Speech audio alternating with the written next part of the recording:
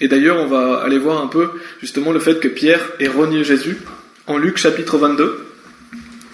Pour bien voir la distinction, il y a une grosse distinction. Un chrétien sauvé, pour bien montrer la distinction, un chrétien sauvé, il n'arrêtera jamais de croire en Jésus-Christ, il est sauvé pour toujours. Par contre, un chrétien sauvé, il peut avoir des doutes, il peut faire un naufrage quant à la foi, il peut vivre dans le péché, il peut même renier Jésus devant les hommes, mais il n'arrêtera jamais de croire pour autant. Et on va voir en Luc chapitre 22 le fait que Pierre, qui est un des plus grands chrétiens qui existait, par la peur des persécutions, la peur des hommes, il va renier Jésus devant les hommes. Et c'est Luc chapitre 22, verset 31. Versets 31 et 32. Et c'est Jésus-Christ qui parle justement à Pierre, à Simon-Pierre, et il lui dit, et le Seigneur dit, Simon, Simon, voici Satan a désiré vous avoir, afin qu'il puisse vous passer au crible comme le blé. Mais j'ai prié pour toi, afin que ta foi ne défaille pas, et quand tu seras converti, fortifie tes frères. Jésus-Christ prie pour Pierre, pour pas que sa foi défaille. Et il lui dit aussi que quand il sera converti, il lui dit de fortifier ses frères. Et bien sûr, Pierre est déjà converti par rapport au salut. Pierre est déjà sauvé, donc quand il est utilisé le mot converti ici, je ne sais pas si c'est ce mot-là que vous avez dans votre Bible, mais ça parle du fait que quand tu seras relevé, quand tu auras retrouvé, enfin quand tu te seras relevé, j'avais noté, quand tu seras plus fort dans ta foi, donc quand tu seras relevé. C'est pour ça qu'il lui dit quand tu seras converti, fortifie tes frères, parce qu'il va chuter. Et ça arrive à tout le monde et on n'est pas à l'abri de chuter en tant que chrétien. Et c'est pour ça que Jésus-Christ priait pour lui. Et d'ailleurs, on voit au verset 60, qu'est-ce qui va arriver ? Pierre va renier Jésus-Christ. Et Pierre dit, « Homme, je ne sais ce que tu dis. » Et immédiatement, tandis qu'il parlait, encore le coq chanta. Et le Seigneur se retourna et regarda Pierre. Et Pierre se souvint de la parole du Seigneur, comme il lui avait dit, « Avant que le coq ait chanté, tu me renieras 3 fois. » Et Pierre sortit et pleura amèrement. Donc ici, Pierre va renier Jésus parce qu'il a peur. Il a peur de ce qui pourrait lui arriver, il a peur des hommes. Mais là, Pierre n'a jamais perdu son salut, Pierre était déjà sauvé. Et bien sûr, Pierre a été sauvé pour l'éternité. Ce qu'il a fait, c'est qu'il a renié Jésus devant les hommes. Et là où je veux en venir, c'est que on peut tous chuter comme Pierre l'a fait, on peut tous avoir peur. On peut tous avoir peur que quelqu'un, justement, nous fasse du mal à cause du nom de Jésus-Christ. D'ailleurs, Jésus a dit que lorsqu'on vit fidèlement pour lui, on sera persécuté. Donc il faut s'attendre à avoir des persécutions, et c'est pourquoi il faut être vigilant et qu'il faut tenir ferme. Et bien sûr, il faut jamais faire ça, il faut jamais renier Jésus devant les hommes. Mais ça peut nous arriver si on n'est pas vigilant. Et on va aller aussi à 2 Timothée chapitre 2. Donc là, dans cette histoire de Pierre, on peut voir que même un homme sauvé, qui est d'un peut renier Jésus. Et il n'a pas perdu son salut, bien sûr. Il n'a jamais arrêté de croire en Jésus-Christ, il a simplement eu peur. Il n'a pas renié Jésus dans le sens où il ne croyait plus en lui, c'est dans le sens où il a eu peur des hommes. De Timothée chapitre 2, verset 10. On va un peu étudier les versets 10 à 13. Donc ce contexte de Timothée chapitre 2, c'est un contexte de persécution, c'est un contexte du fait d'endurer et de ne pas compromettre. On voit ici que Paul parle justement de la persécution qui attend les chrétiens, et notamment il parle à Timothée, et il lui dit d'endurer, il lui dit de ne pas compromettre, parce que qu'est-ce qu'on a tendance à faire lorsqu'on est persécuté, c'est compromettre, et de lâcher aussi. Alors justement, il invite Timothée à endurer, et au verset 10, il est dit « Par conséquent, j'endure toute chose à cause des élus, afin qu'ils puissent aussi obtenir le salut, lequel est en Christ Jésus, avec la gloire éternelle. » Donc Paul ici dit qu'il endure toute chose justement pour que les gens soient sauvés. Et au verset 11, c'est un propos fidèle, car si nous sommes morts avec lui, nous vivrons aussi avec lui. Si nous souffrons, nous régnerons aussi avec lui. Si nous le renions, il nous reniera aussi. Si nous ne croyons pas, il demeure cependant fidèle, il ne peut se renier lui-même. Et donc au verset 11, il parle du fait d'être sauvé. C'est un propos fidèle, si nous sommes morts avec lui, nous vivrons aussi avec lui. Donc les personnes qui sont mortes avec lui, ce sont des personnes qui ont cru en Jésus-Christ, leur chair a été crucifiée avec lui, donc ils vivront avec lui, ils ont la vie éternelle. Donc le verset 11 parle du salut. Le verset 12 nous parle du fait que si nous souffrons avec lui, nous régnerons aussi avec lui. Pourquoi ? Parce que lorsque vous souffrez avec lui, lorsque vous faites des œuvres, vous aurez une meilleure place dans le royaume de Dieu. Dieu va vous récompenser selon vos œuvres. C'est-à-dire que toutes les œuvres que vous faites pour Christ, vous permettront d'avoir des récompenses éternelles. Et si vous voulez régner avec Christ, si vous voulez régner avec Jésus, il faut souffrir avec lui, il faut œuvrer pour lui. Et quand on œuvre pour Jésus, ça va forcément avec la souffrance, parce que vous allez être rejeté, parce que vous allez être haï, parce que c'est dur, la vie de chrétien est dure, mais vous régnerez avec lui. Donc c'est une promesse que Dieu vous fait, que si vous œuvrez pour lui, vous aurez des récompenses éternelles. Donc là, ça parle de notre vie de chrétien, et il est dit, si nous le renions, il nous reniera aussi. Et là, ça ne veut pas dire, bien sûr, qu'il va nous renier dans le sens où vous n'êtes pas ça. Ce qu'il vous dit, c'est que si vous le reniez devant les hommes, il vous reniera aussi dans le sens où, par exemple, vous allez perdre des récompenses. Il ne va pas vous récompenser comme quelqu'un qui, justement, a enduré, quelqu'un qui a souffert. Donc c'est le fait de vous renier pour les récompenses. Et c'est le fait que, justement, si vous reniez Christ, peut-être que vous pouvez être châtié par Dieu, et d'ailleurs, vous allez forcément souffrir aussi, et vous n'allez pas être récompensé. Et au verset 13, il est dit, si nous ne croyons pas, mais je pense que vous, c'est si nous ne sommes pas fidèles, quelque chose comme ça, il demeure cependant fidèle, il ne peut se renier lui-même. Et ici, dans ma version, j'ai si nous ne croyons pas, et ça ne veut pas dire que si vous arrêtez de croire en lui, si nous ne croyons pas, ça veut dire que si vous défaillez dans votre foi, si vous faites naufrage quant à la foi, lui demeure fidèle, il ne peut se renier lui-même. Donc ici, c'est pas un contexte de salut, c'est un contexte de vie chrétienne, d'endurer la persécution et que par exemple on manque de foi en Jésus-Christ lorsqu'on traverse des moments difficiles. Et bien lui il demeure fidèle parce qu'il ne peut pas se renier lui-même. Donc même si ça parle pas du salut, c'est sûr que quand vous avez cru en Jésus-Christ, il demeure fidèle parce qu'il ne peut pas se renier, parce qu'il ne peut pas mentir. Donc Jésus-Christ, quand vous êtes son fils, quand vous êtes son enfant, vous êtes un enfant de Dieu, il demeure fidèle.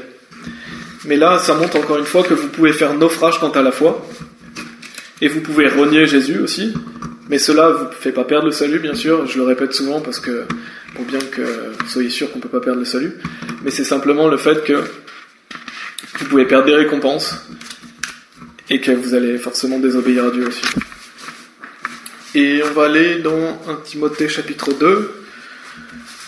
1 Timothée chapitre 2, donc là on était dans 2 Timothée, au verset 18.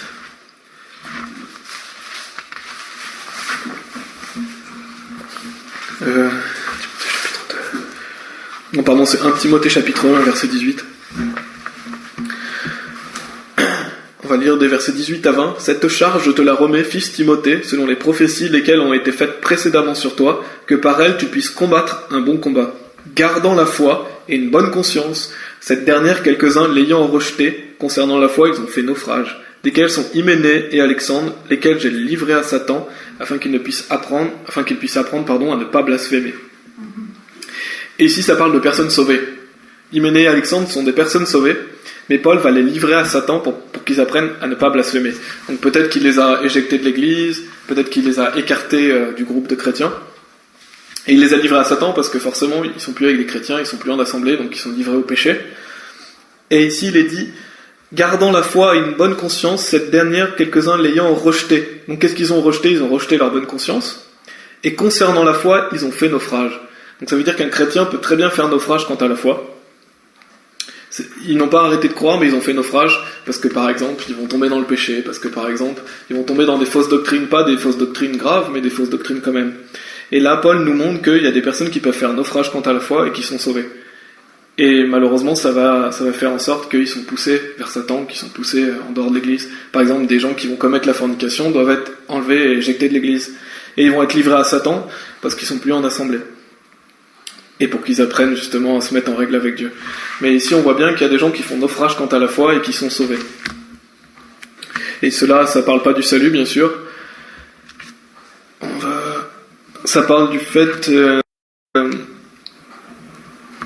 comme j'ai dit, donc du fait que vous allez désobéir à Dieu. On va aller maintenant dans 1 Timothée chapitre 5.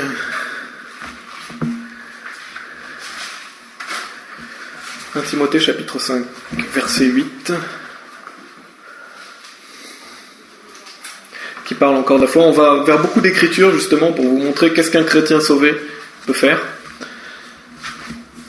Au verset 8, il est dit « Mais si quelqu'un ne pourvoit pas pour les siens, et spécialement pour ceux de sa propre maison, il a renié la foi et est pire qu'un infidèle. » Donc c'est une personne qui a une famille, des enfants, une femme, mais qui ne va pas travailler.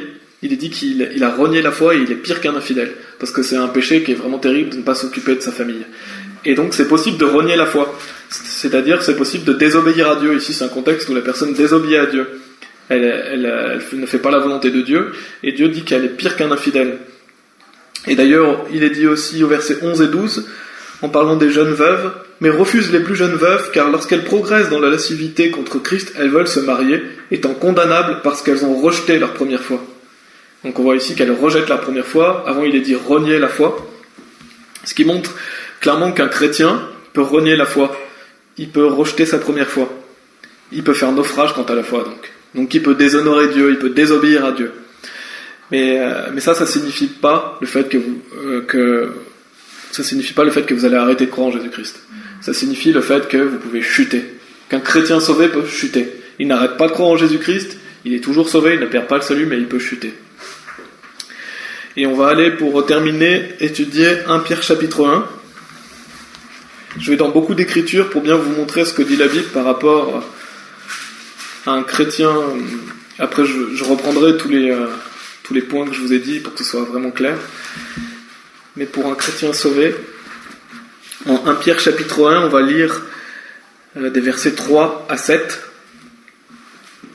qui nous dit « Béni soit le Dieu et Père de notre Seigneur Jésus-Christ, lequel, selon son abondante miséricorde, nous a engendrés de nouveau en une espérance vivante, par la résurrection de Jésus-Christ d'entre les morts, pour un héritage incorruptible et non souillé, et qui ne peut se flétrir, réservé dans le ciel pour vous, qui êtes gardés par le pouvoir de Dieu, par la foi au salut, qui est prêt à être révélé au dernier moment. En quoi vous vous réjouissez grandement, bien que maintenant, pour une saison si besoin est, vous soyez abattus par de multiples tentations, afin que l'épreuve de votre foi, étant beaucoup plus précieuse que l'or qui périt, bien qu'il soit éprouvé par le feu, puisse être trouvée en louange et honneur et gloire à l'apparition de Jésus-Christ. Ici, on peut diviser ça en deux parties, des versets 3 à 5, où au verset 5, ça conclut pour nous dire qu'il est gardé par le pouvoir de Dieu par la foi au salut, qui est prêt à être révélé au dernier moment. Donc des versets 3 à 5, ça parle du salut. On voit qu'il nous dit la foi au salut. Et le verset d'avant, d'ailleurs, il est dit que vous avez une place réservée dans le ciel pour vous, ce qui montre que quand vous avez cru en Jésus-Christ, votre place est déjà réservée, elle est sûre. Vous êtes certain d'aller au paradis parce que Dieu vous dit qu'elle est réservée dans le ciel pour vous. Et qui est gardée par le pouvoir de Dieu. Qui c'est qui vous garde? C'est Dieu. C'est pas vous-même, c'est Dieu qui vous garde, c'est Dieu qui est fidèle. Nous, on n'est pas fidèles, c'est Dieu qui nous est fidèle. Si on est sûr d'aller au paradis, c'est parce que Dieu est fidèle, c'est pas parce que nous sommes fidèles. Donc on est gardé par le pouvoir de Dieu, par la foi au salut. Donc lorsque vous, comme on avait vu, le salut est un événement, le jour où vous mettez votre foi en Jésus-Christ, c'est la foi au salut. Donc c'est-à-dire que c'est la foi qui vous a, la foi du jour de votre salut. Mais après, au verset 6 et 7, on voit que notre foi va être éprouvée. Il est dit afin que l'épreuve de votre foi, étant beaucoup plus précieuse que l'or qui périt, bien qu'il soit éprouvé par le feu, puisse être trouvé en louange et honneur et gloire à l'apparition de Jésus-Christ. Donc ça, c'est la foi dans notre vie de chrétien. Donc c'est la foi qui va être éprouvée parce qu'on va avoir des difficultés, on va avoir des doutes. La vie chrétienne, elle est dure. Et donc vous voyez deux types de foi. En fait, vous avez la foi lorsque vous êtes sauvé, et vous avez la foi de votre vie chrétienne. C'est pas une foi qui est différente, c'est dans le sens où quand vous avez cru en Jésus-Christ, vous arrêterez jamais de croire en lui, mais après votre foi, elle peut être petite ou elle peut être grande, elle peut augmenter, elle peut diminuer. Et c'est pour ça que nous, on doit augmenter dans la foi. On doit être plus fort dans la foi, on doit lire la Bible pour que notre foi augmente, on doit écouter des enseignements, on doit chanter, on doit demander à Dieu aussi d'augmenter notre foi. Par exemple, d'ailleurs, dans Luc 17,5, Luc chapitre 17, verset 5, on voit que les disciples de Jésus lui demandent, c'est les apôtres, qu'il augmente leur foi. Pourtant, c'est des gens qui sont déjà sauvés. Il est dit, et les apôtres dirent au Seigneur, augmente notre foi. Donc c'est des personnes sauvées, mais ils veulent avoir plus de foi. Ils veulent faire plus d'œuvres pour Jésus-Christ. Ils veulent vivre pour Dieu. Donc nous, en tant que chrétiens sauvés, on doit demander à Dieu d'augmenter notre foi. Il demande d'augmenter. Il demande que Jésus augmente leur foi. Ce qui veut dire que vous avez la foi au salut. Le jour où vous êtes sauvés, vous croyez en Jésus-Christ, vous y croyez pour toujours. Vous ne pouvez pas arrêter de croire en lui, vous ne pouvez pas perdre la foi. Mais ensuite vient la vie de chrétien. Et là, on doit faire preuve de foi. D'ailleurs, il est dit, le juste vivra par la foi. Et donc, on doit continuer à progresser dans la foi, à apprendre, pour augmenter notre foi. Et au verset 9, d'ailleurs, dans 1 Pierre chapitre 1, où on était, il est dit recevant l'achèvement de votre foi, c'est-à-dire le salut de vos âmes. Donc l'achèvement de notre foi, c'est le salut de nos âmes, et qui c'est qui va, comme on l'avait vu tout à l'heure, qui c'est qui va finir ce qu'il a commencé? C'est Jésus-Christ. Jésus-Christ est l'auteur de notre foi, il est le finisseur de notre foi. Ce qui veut dire que Dieu vous garde, lorsque vous avez mis votre confiance en lui, il vous garde, et vous êtes sûr d'aller au paradis. Et bien sûr, je parle de la foi, mais c'est pas la taille de votre foi qui vous permet d'être sauvé, c'est là où vous la mettez en fait. Si vous mettez votre foi en Jésus-Christ, vous êtes sauvé. Peu importe la taille de votre foi en fait. Simplement y croire de tout son cœur. Donc en conclusion, et je vais justement un peu clarifier parce que ça faisait beaucoup d'informations, mais on a vu que Jésus, il est l'auteur de notre foi, il est le finisseur de notre foi. Jésus est celui qui nous sauve, bien sûr, c'est notre sauveur, c'est notre créateur, il est aussi la parole, et Jésus-Christ va finir ce qu'il a accompli, il va nous garder, il dit qu'il va nous ressusciter, il va accomplir ce qu'il a dit, il est la vie éternelle. Donc une fois que nous sommes sauvés, c'est ce que je veux que vous reteniez aujourd'hui, c'est que vous n'arrêterez jamais de croire en Jésus-Christ. C'est impossible d'arrêter de croire en Jésus-Christ, parce que vous êtes sauvés pour toujours, parce que vous vous souvenez, l'Esprit rend témoignage avec notre esprit que nous sommes les enfants de Dieu. Donc vous avez l'Esprit de Dieu qui vous rappelle toujours que vous êtes un enfant de Dieu. Donc vous n'arrêterez jamais de croire en lui. Le Saint-Esprit vit en vous, et il vous rappelle donc que vous êtes un enfant de Dieu. Puis Christ vit en vous aussi, c'est ce que dit la parole. Donc une personne sauvée est sauvée pour toujours, elle va toujours croire en Jésus-Christ. Par contre, qu'est-ce qu'une personne sauvée peut faire? Elle peut renier la foi, comme on l'a vu, par exemple les gens qui ne vont pas travailler, les hommes qui ne pourvoient pas pour leur maison plutôt. Une personne peut faire naufrage quant à la foi, c'est ce qu'on a vu avec Hyménée et Alexandre. Une personne peut avoir une foi morte, c'est ce que Jacques II enseigne, parce que si vous n'allez pas faire les œuvres, vous avez une foi morte, mais vous avez quand même une foi qui existe. Vous pouvez renier Jésus devant les hommes, comme Pierre l'a fait, et cela ne vous fait pas perdre le salut, parce que le salut est éternel. Cela, ça vous fait tomber dans votre vie de chrétien. Et ça, c'est la différence entre le salut et la vie chrétienne. Le salut, c'est un événement, lorsque vous placez votre foi en lui, vous y croirez pour toujours, vous êtes sauvés pour toujours. Après, la vie chrétienne commence, et la vie chrétienne, il faut augmenter dans notre foi. Il faut lire la Bible, il faut écouter des enseignements, il faut prier, et cela augmente notre foi. Et ça, c'est donc la différence entre le salut, qui est un événement, et la vie chrétienne, qui est tous les jours. Et on a bien vu le fait que Jésus est l'auteur et le finisseur de notre foi. Ça prouve que le salut est seulement par la grâce aussi. Parce que Jésus est l'auteur de notre foi, il est le finisseur. Donc on n'a aucun sujet de se glorifier.